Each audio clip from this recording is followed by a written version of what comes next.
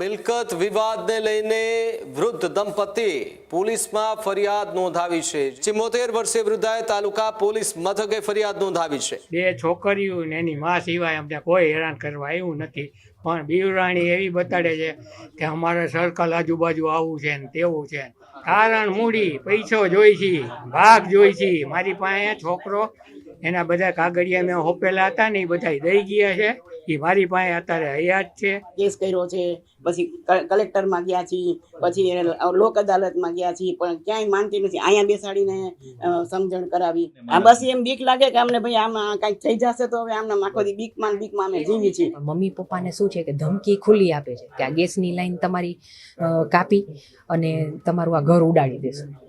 આ ઘર છે એ મારા પપ્પાના નામનું છે, પણ પ્રેશર સતત એ જ હોય છે કે મારા પતિનો ભાગનું જે નીકળતું એ આપી દો અમને। મિલકત વિવાદને લઈને વૃદ્ધ દંપતી પોલીસમાં ફરિયાદ નોંધાવી છે। જી હા, પુત્રવધુ અને પૌત્રી સામે પોલીસ ફરિયાદ નોંધાઈ છે। વૃદ્ધ દંપતીને હેરાન ગતિના ગંભીર આક્ષેપો કર્યા। મિલકત મુદ્દે ધમકી આપ્યાની પણ ફરિયાદમાં ઉલ્લેખ કરાયો છે, જ્યાં અકસ્માત કરવાનો પ્રયાસ થયાનો આક્ષેપ 74 વર્ષીય વૃદ્ધાએ તાલુકા પોલીસ મથકે ફરિયાદ નોંધાવી છે।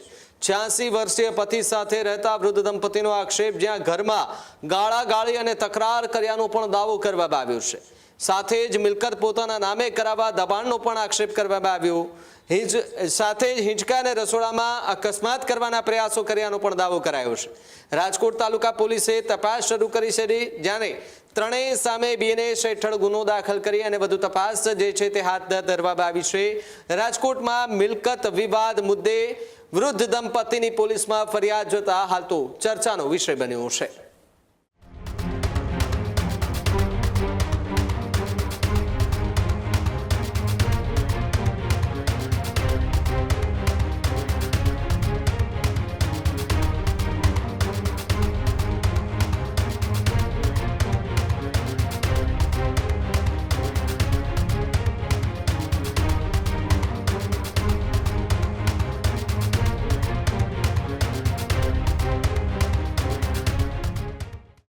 પ્રવીણચંદ્ર લીલાધર જોશી, ઉંમર વર્ષ 85।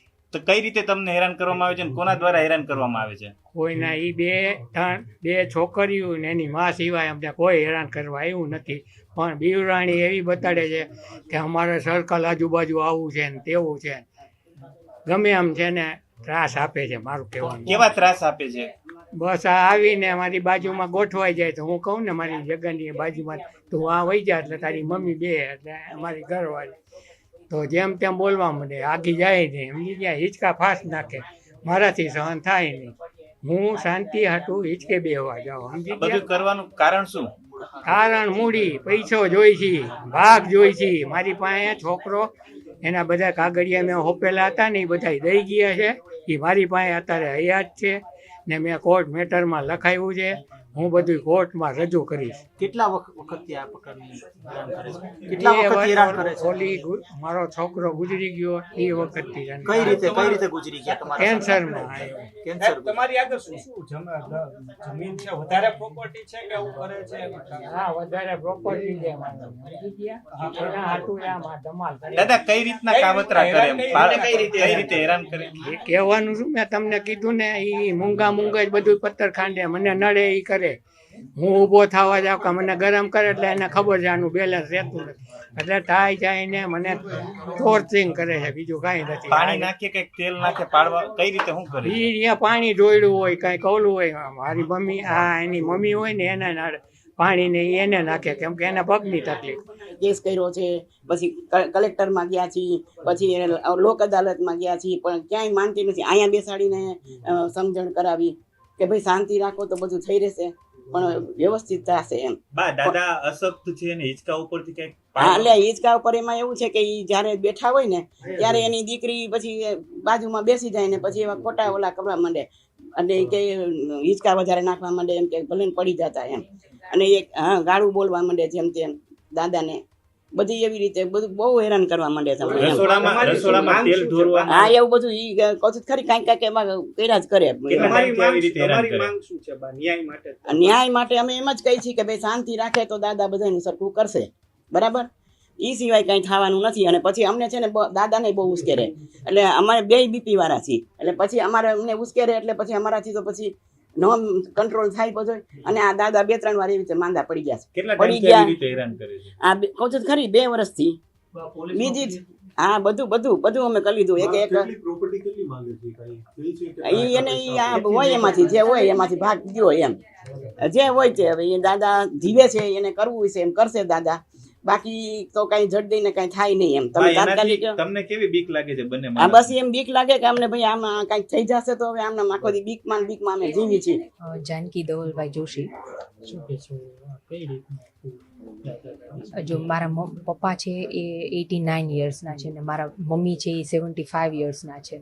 એટલે એ અહીંયા હું અમદાવાદ સાસરે છું અને મારા મમ્મી પપ્પા અહીંયા રાજકોટ છે.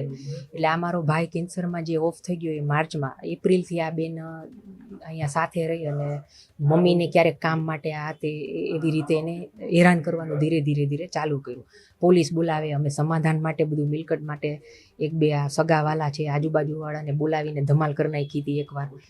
એટલે આ વધારે બી ગયા છે, ઉંમરવાળા છે. પછી 2-3 વાર અમારા હસબન્ડે બધું સમાધાનનું ને એના માટે એને બેસાડ્યા છે. પોલીસ આપણે બોલાવીને બધું એને સેફટી માટે કર્યું. પણ મમ્મી પપ્પાને શું છે કે ધમકી ખુલ્લી આપે છે કે આ ગેસની લાઈન તમારી કાપી અને તમારું આ ઘર ઉડાડી દેશું. આ ઘર છે એ મારા પપ્પાના નામનું છે, પણ પ્રેશર સતત એ જ હોય છે કે મારા પતિનો ભાગનું જે નીકળતું હોય એ આપી દો અમને, એ માટેનું જ એને પ્રેશર હોય છે. અને આ મારા મમ્મીને તો અહીંયા રસોડામાં, અહીંયા નીચે એની કોઈ રસોઈ કે કાંઈ કરતા નથી, ઉપર જ રહે છે. એટલે અહીંયા નીચે એ કંઈક 2 કામ કરતા હોય એમાં પાણી ઢોળે છે, ક્યારેક તેલ ઢોળે કે એને અકસ્માત કરાવવાનું કે ખેડૂત ભાઈઓ છે ખેતરમાં ડ્રોન ઉડાવતા હોય છે ત્યારે આપણે એક પ્રશ્ન સતાવતો હોય છે કે જે આપણે અત્યાર સુધી જીપીએસ ટેકનોલોજીવાળા ડ્રોન વાપર્યા છે, જેથી કરીને મોબાઈલ ટાવર છે અથવા તો હાઈ ટેન્શન લાઈન પસાર થતી હોય, કોઈ વૃક્ષો હોય, ત્યારે જે જીપીએસ ટેકનોલોજીવાળા ડ્રોન છે એમાં ટકરાય અને ટ્રેસ થાય છે. પણ એગ્રીઓન લાવ્યું છે GNSS ટેકનોલોજી ડ્રોન, જેથી કરીને એ ડ્રોન છે એ કોઈ જગ્યાએ ટકરાય નહીં, પોતાની રીતે જ ડિસિઝન લે છે અને મૂવ થઈ જાય છે. જેથી કરીને GNSS ટેકનોલોજી ડ્રોન છે એ વાપરવાનો આગ્રહ રાખો.